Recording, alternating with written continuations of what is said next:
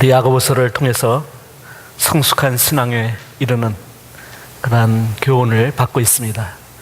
야고보서의 키워드, 처음부터 끝까지 관통하는 중심되는 단어가 있다면 그것이 곧 온전 또는 성숙이라고 번역할 수 있는 그러한 완전한, 구비되고 성숙한 그런 성숙이라는 단어가 우리 야고보서의 중심 단어가 되겠습니다. 그런데 이 성숙에 이르기 위해서 어떻게 해야 되는가? 오늘 본문은 아주 구체적인 그러한 교훈을 가르쳐 주시고 계십니다. 우리 지난 주일에 묵상한 본문 말씀 가운데 야고보서 1장 18절 말씀을 다시 한번 보겠습니다. 우리 한 목소리로 함께 오늘 1장 18절 말씀을 읽겠습니다. 그는 뜻을 정하셔서 진리의 말씀으로 우리를 낳아주셨습니다. 그리하여 그는 우리를 피조물 가운데 첫 열매가 되게 하셨습니다. 우리가 어떤 존재인가? 하나님께서 우리를 낳아주신다. 하나님의 자녀인데 우리를 낳아주셨어요. 근데 어떻게 낳아주셨는가? 진리의 말씀으로, 우리를 진리의 말씀으로 낳아주셨다는 거예요.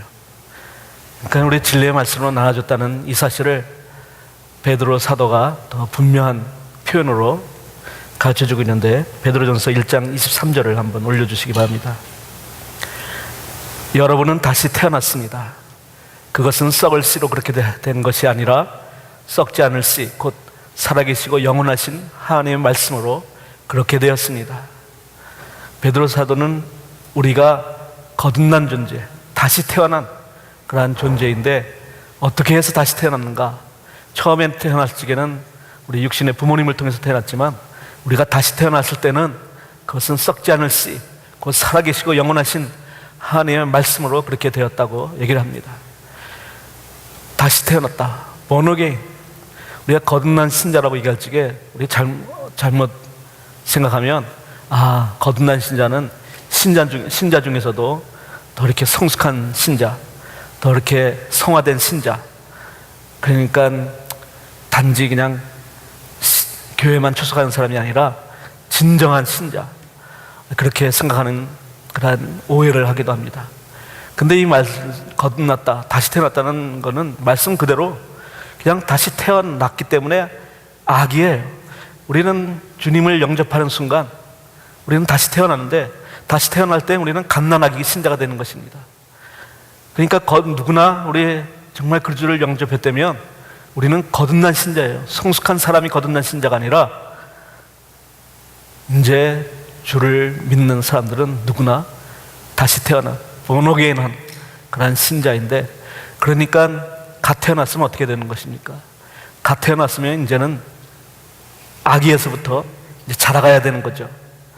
그러면 말씀으로 태어났는데 우리가 자라고 성장하고 성숙해 가려면 그럼 어떻게 해야 되는가? 그것은 바로 말씀으로 자라나야 된다고 얘기를 합니다. 그래서 베드로 사도는 이어서 2장 2절에서 이렇게 말씀을 하시는 거죠. 갓난 아이들처럼 순수하고 신령한 젖을 그리워하십시오. 여러분은 그것을 먹고 자라서 구원에 이르러야 합니다. 아이가 자라려면 젖을 먹어야 되죠. 그렇기 때문에 어머니는 때가 됐을 때마다 아이가 자라도록 젖을 물립니다. 마찬가지로 하나님의 말씀으로 다시 태어난 신자들은 젖을 먹어야 되는데 그것은 바로 순수하고 신령한 젖, 하나님의 말씀을 먹고 자라야 된다라고 그렇게 말씀하시는 거죠. 우리가 정말 성장하려면, 성숙한 신앙이 되려면 바로 말씀과 어떤 관계를 맺느냐, 여기에 달려있다는 것입니다.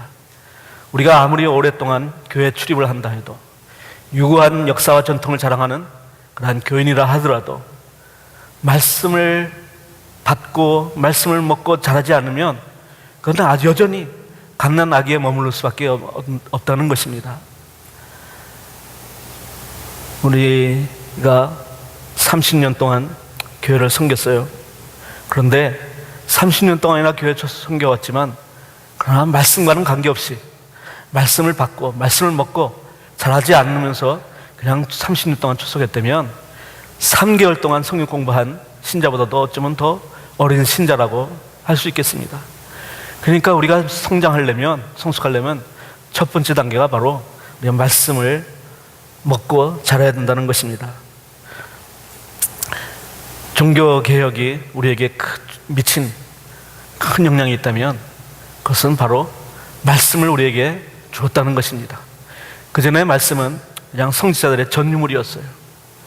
그런데 종교개혁자들은 이 말씀이 바로 우리 많은 제사장, 우리 모두가 다 제사장이고 하나님의 거룩한 족속이기 때문에 하나님의 말씀을 우리가 바로 먹고 자랄 수 있도록 말씀을 모든 신자들에게 전해준 것이 종교개혁의 큰 열매라고 할 수 있을 것입니다.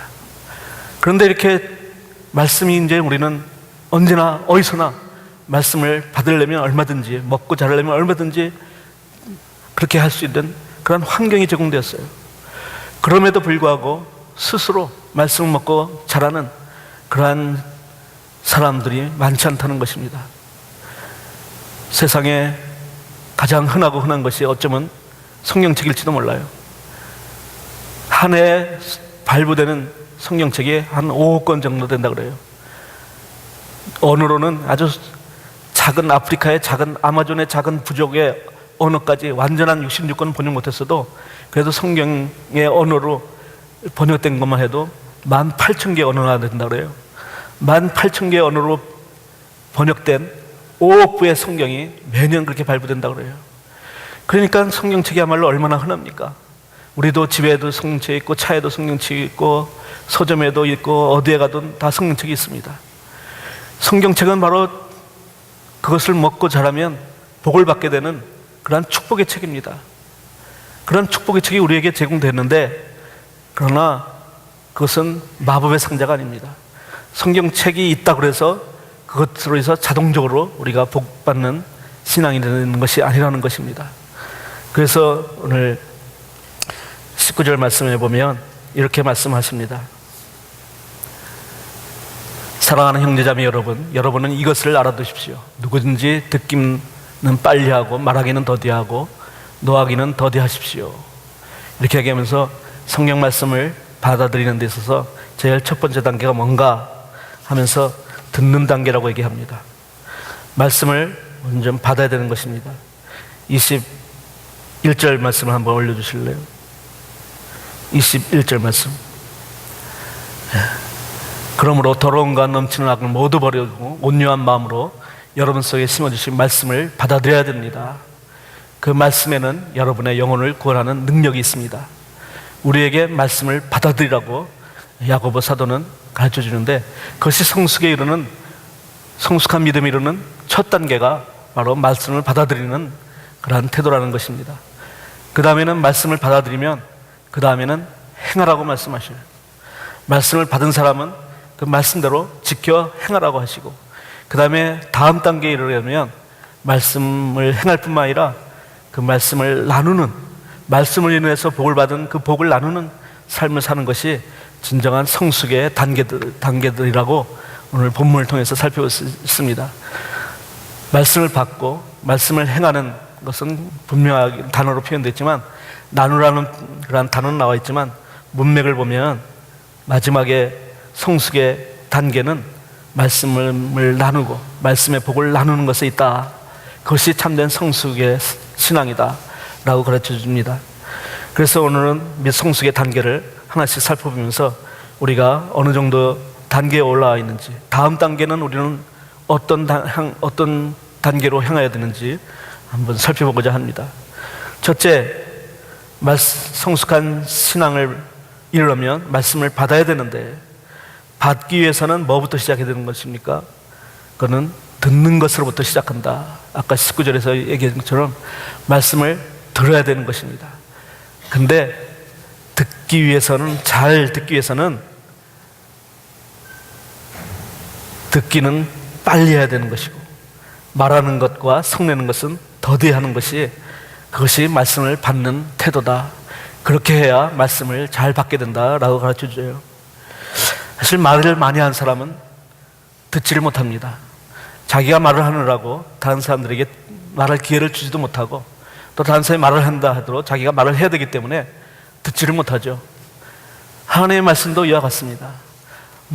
자기 얘기가 너무 많은 사람은 하나님의 말씀을 들을 수가 없어요. 들을 틈이 생기지를 않습니다. 그렇기 때문에 하나님의 말씀을 잘 들으려면, 하나님의 말씀을 잘 받으려면 말하기는 더디하고 듣기는 빨리 하는 이러한 훈련이 필요한 것입니다. 보통 우리는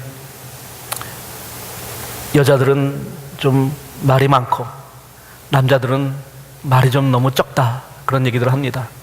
그래서 남자들은 한 귀로 듣고 한 귀로 흘려버리는데 여자들은 두 귀로 들었다가 한 입으로 다 내보낸다라는 그런 얘기들을 해요. 그러니까 남자한테 문제는 이게 잘 듣지를 못하는 게 남자의 문제예요. 들어도 그냥 건성으로 들었고 휙 날아가 버립니다. 여자의 문제는, 죄송합니다 자매님들, 말하는 거는 잘하는데 듣는 거는 좀 우선순위가 훨씬 밀리는 그러한 특성이 좀 있다는 거죠. 그런데 그리스의 철학자 제논이라는 사람이 이런 말을 했어요. 창조주가 우리에게 귀는 두 개를 주고 입은 하나만 주신 까닭은 무엇이냐? 그것은 우리가 말하는 것보다 갑절로 들어야 된다는 창조주의 디자인이다, 이런 얘기를 했습니다. 기가 막힌 그러한 통찰이죠. 그래요. 정말 하나님은 우리가 말하는 것은 좀 더디하고 듣는 것을 좀 빨리 하고 듣는 것을 더 힘쓰는 그러한 사람이라고 얘기합니다. 왜요? 말하지 않고 말을 더디할 때 그때 우리가 들을 수 있는 귀가 열리기 때문인 것이죠. 그렇기 때문에 우리는 잘 듣는 사람이 되어야 되는 것입니다. 믿음이 어디에서 난다고요? 믿음은 들음에서 난다. 들음은 하나님의 말씀을 말미암으니라. 그러니까 하나님의 말씀을 듣는 것이 믿음의 기본이라는 것이죠.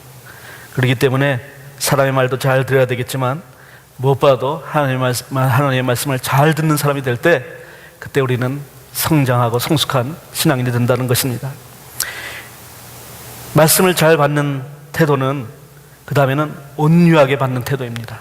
들은 다음에는 어떻게 되느냐? 온유하게 그 말씀을 받아들이라 라고 얘기하는 것이죠.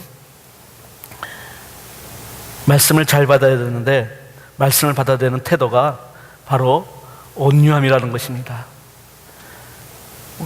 온유의 반대가 무엇인가요?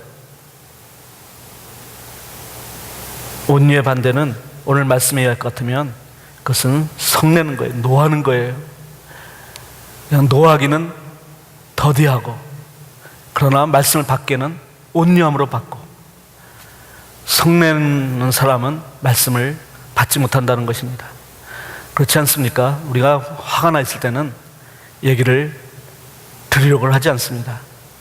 말을 많이 할 적에는 들을 틈도 없다고 할 것 같으면 성을 낼 때는 아예 들으려고 하지도 않는 것이 성내는 사람의 특징입니다.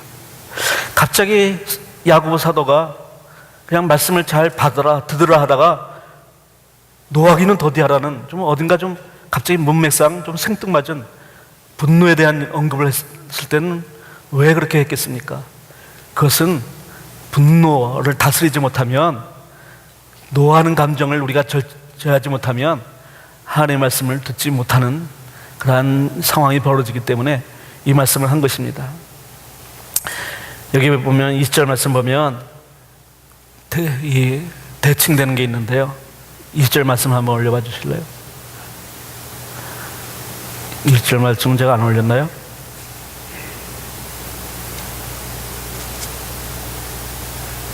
그러면 처음 본문에 보면 20절 말씀 나오니까 그 20절 말씀을 찾아서 올려주시기 바랍니다. 거기 보면 노하는 사람은 사람의 노함이 하나님의 의를 이루지 못한다. 그러니까 노하는 사람의 노함이 있고 그 반대편에는 하나님의 의가 있습니다. 이 두 개가 양립되지 못한다는 거예요. 이 두 개는 서로 반대편에 있다는 것입니다. 하나님의 의를 이루지 못하는 까닭은 우리가 이 분노의 감정을 다스리지 못하기 때문에 하나님의 의를 이루지 못한다라고 이렇게 가르쳐 주시는 것입니다. 우리가 아무리 모든 것을 다 이룬다 하더라도 내 속에 있는 내 분노의 감정을 다스리지 못하면 그동안 쌓아오는 모든 것들이 다 무너지는 그러한 결과를 초래하게 됩니다. 알렉산더 대왕의 후예라는 그러한 이야기가 있는데, 알렉산더 대왕한테는 아주 믿을 만한 그러한 참모 신하가 있었습니다. 클레이토스라는 장군인데, 이 사람은 원래 알렉산더랑 어릴 때부터 친구였어요. 어려서부터 친구니까 절친이죠. 비록 왕과 신하의 관계이긴 하지만 그 전에 친구이기도 합니다. 그러니까 왕한테 직언도 하고 또 지혜롭게 조언도 하는 그러한 신실한 참모였는데, 이들이 너무 친하다 보니까 둘이 술을 먹다가 술김에 이 클레이토스가 그냥 알렉산더에게 좀 모욕을 주는 얘기를 했습니다. 그 얘기를 듣더니만 그냥 창을 들어서 클레이토스한테 던져버려 갖고 클레이토스가 그냥 죽어버리고 말았어요. 그리고 나서는 알렉산더는 평생 후회하는 것입니다. 내가 그때 왜 클레이토스를 죽였는가? 내가 왜 그때 분노의 감정을 다스리지 못했는가? 그가 온 세계를 정복했지만 자기에게 치밀어 오르는 그러한 감정을 조절하지 못해서 평생 후회하고 살았다는 것입니다. 우리가 분노하는, 노하는 성품을 다스리지 못한다면 하나님의 의를 이루지 못하고 후회하는 인생을 살게 된다는 것이죠. 그렇기 때문에 산상수훈에서도 예수님이 온유한 자가 복이 있다, 온유한 자가 복이 있다, 그는 땅을 기업으로 받게 될 것이다, 그렇게 말씀하셨어요. 온유라는 것이 뭡니까? 온유라는 것은 바로 분노의 감정을 조절할 수 있는 그러한 성숙한 태도를 가르치는 것입니다. 야생마를 길들여 놓으면 온유한 그러한 동물이 됩니다. 비록 속에는 아주 강력함이 있지만 자기의 성질대로 하지 않고 길들여진 상태, 그것이 온유라고 할 것 같으면 우리의 분노의 감정을 다스릴 수 있는 사람은 온유한 사람이요, 그 사람이 땅을 기업으로 차지하는 그런 복된 사람이 된다는 것이죠.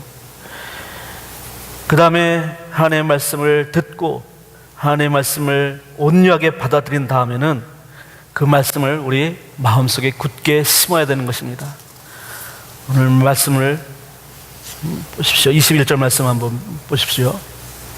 그러므로 더러움과 논춘 악을 모두 버리고 온유한 마음으로 여러분 속에 심어주신 말씀을 받아들여야 합니다. 말씀을 받아들일 때 그 말씀이 우리 가운데 심어져야 된다는 것입니다. 그 말씀, 심어진 말씀이 바로 우리의 영혼을 구원할 능력이 되는 말씀이라는 것이죠. 우리가 말씀을 심는다 할 때 생각나는 그러한 이야기가 있죠. 바로 예수님의 씨 뿌리는 비유. 예수님이 씨 뿌리는 비유에서 4가지 밭에 대해서 말씀하셨어요. 그런데 그 4가지 밭 중에서 열매를 맺는 밭은 오직 딱 하나, 좋은 땅에 심겨진 그러한 씨가 자라고 열매를 맺는다는 것입니다. 어떤 것이 좋은 땅에 심겨진 것이냐? 그것은 누가복음 8장 15절에서 이렇게 가르쳐 줍니다. 예수님이 직접 그 비유를 설명해 주신 것인데, 좋은 땅에 있다는 것은 착하고 좋은 마음으로 말씀을 듣고 지켜 인내로 결실하는 자다.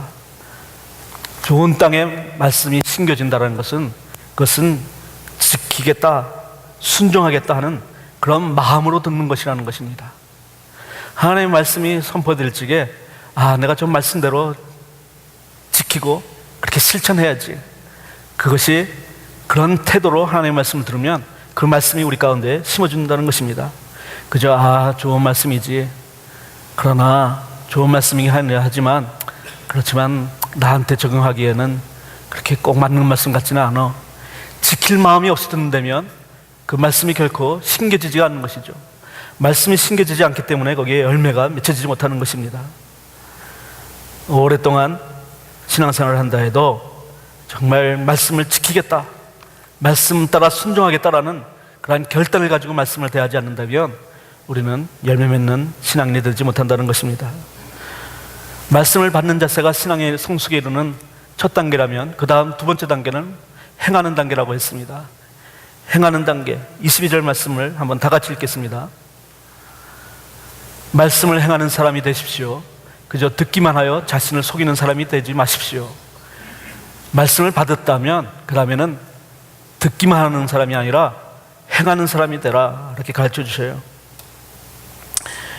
만약 그 다음만 23절 말씀 보니까 듣기만 하고 행하지 않는 것을 뭐라고 비유했냐면, 말씀을 듣고도 행하지 않는 사람은 있는 그대로의 자기 얼굴을 거울 속으로 들여다보기만 하는 사람과 같습니다.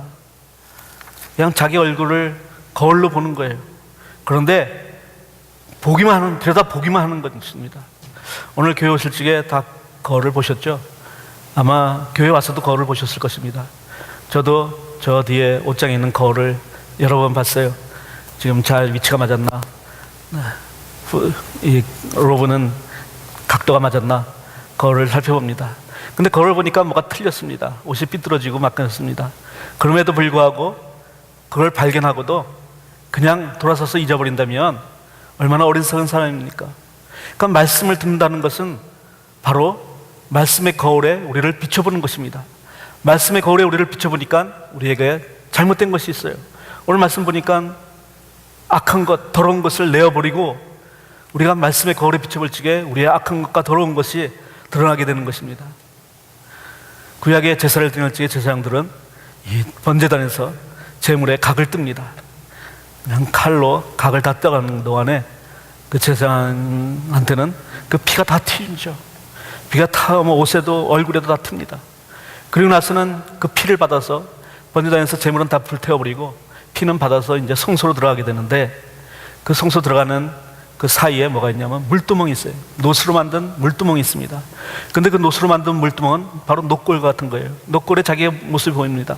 자기 얼굴에 피가 튀고 옷이 튀어서 그 물두멍에다가 손을 씻고 몸을 씻고 그리고 피를 가지고 성소로 자신을 깨끗하게 성소 들어가는 것이죠. 이것이 우리가 말씀을 받고 하나님 앞에 나아가는 그러한 우리의 태도를 가르쳐 주시는 말씀입니다. 말씀을 보니까 말씀이 거울이 돼서 나의 모습을, 숨겨져 있던 모습, 드러나 있지 않았던 모습까지도 말씀은 우리에게 그것을 드러나게 하십니다. 그래서 우리가 그걸 보게 되었어요. 그런데 만약 말씀대로 지키고 행하지 않는다면 거울을 보고 그냥 잊어버리고 돌아서는 사람과 같다라고 얘기하는 것이죠. 그렇기 때문에 25절 말씀에 가면 우리에게 이렇게 말씀하십니다.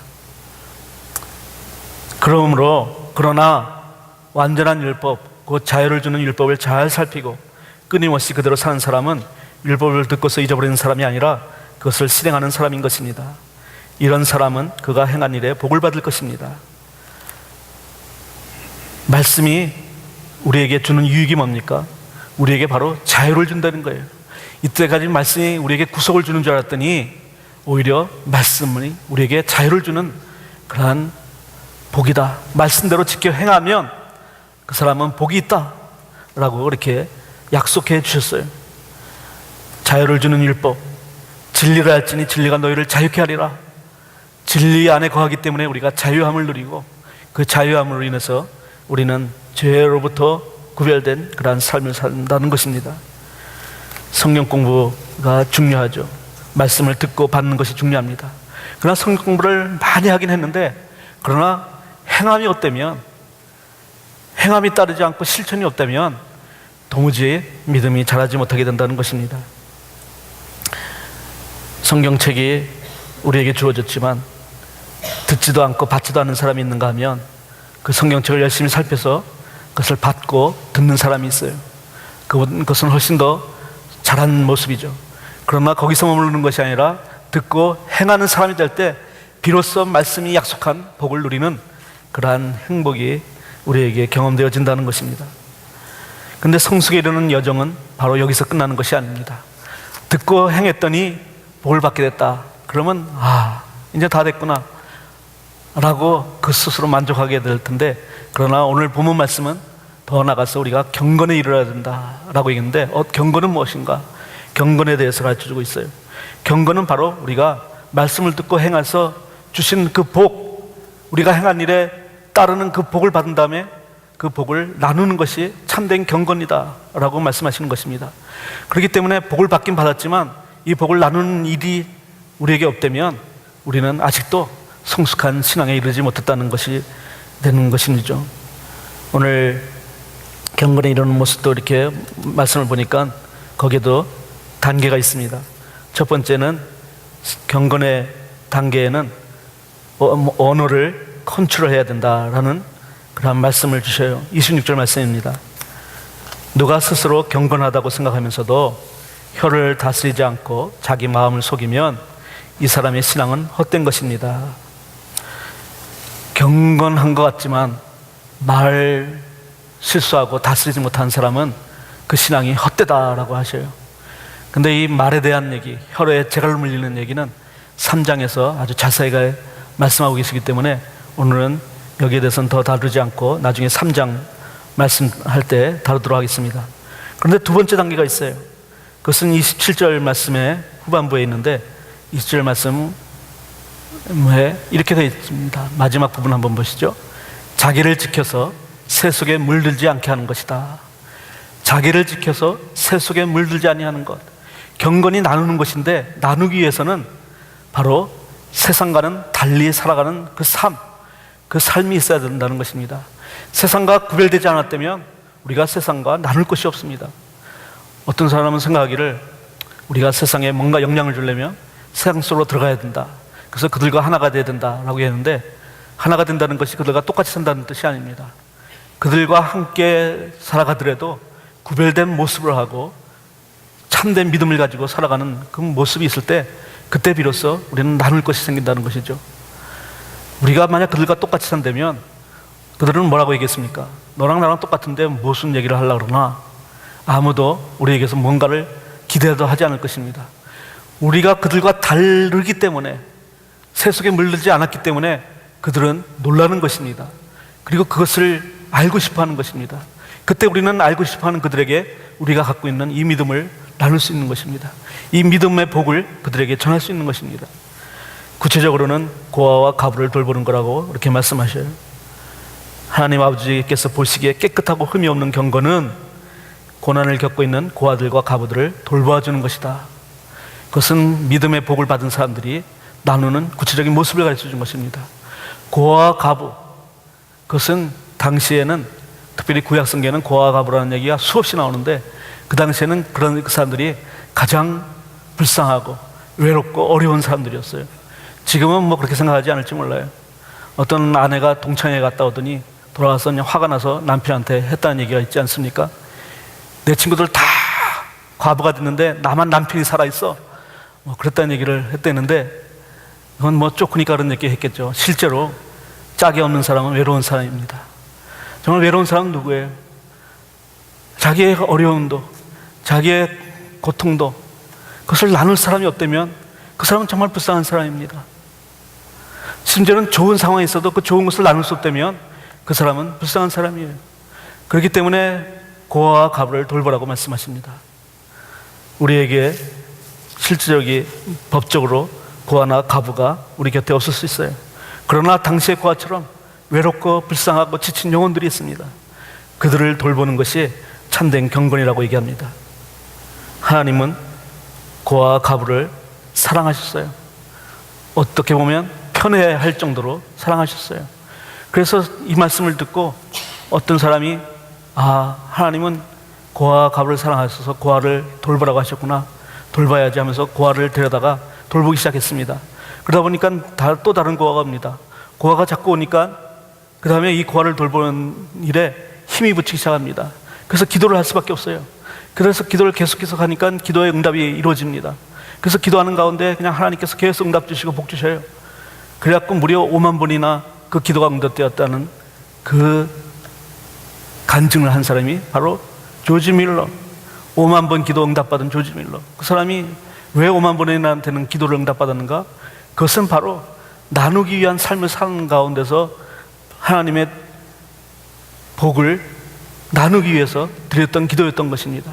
그냥 나의 복을 위해서 드린 기도가 아니에요.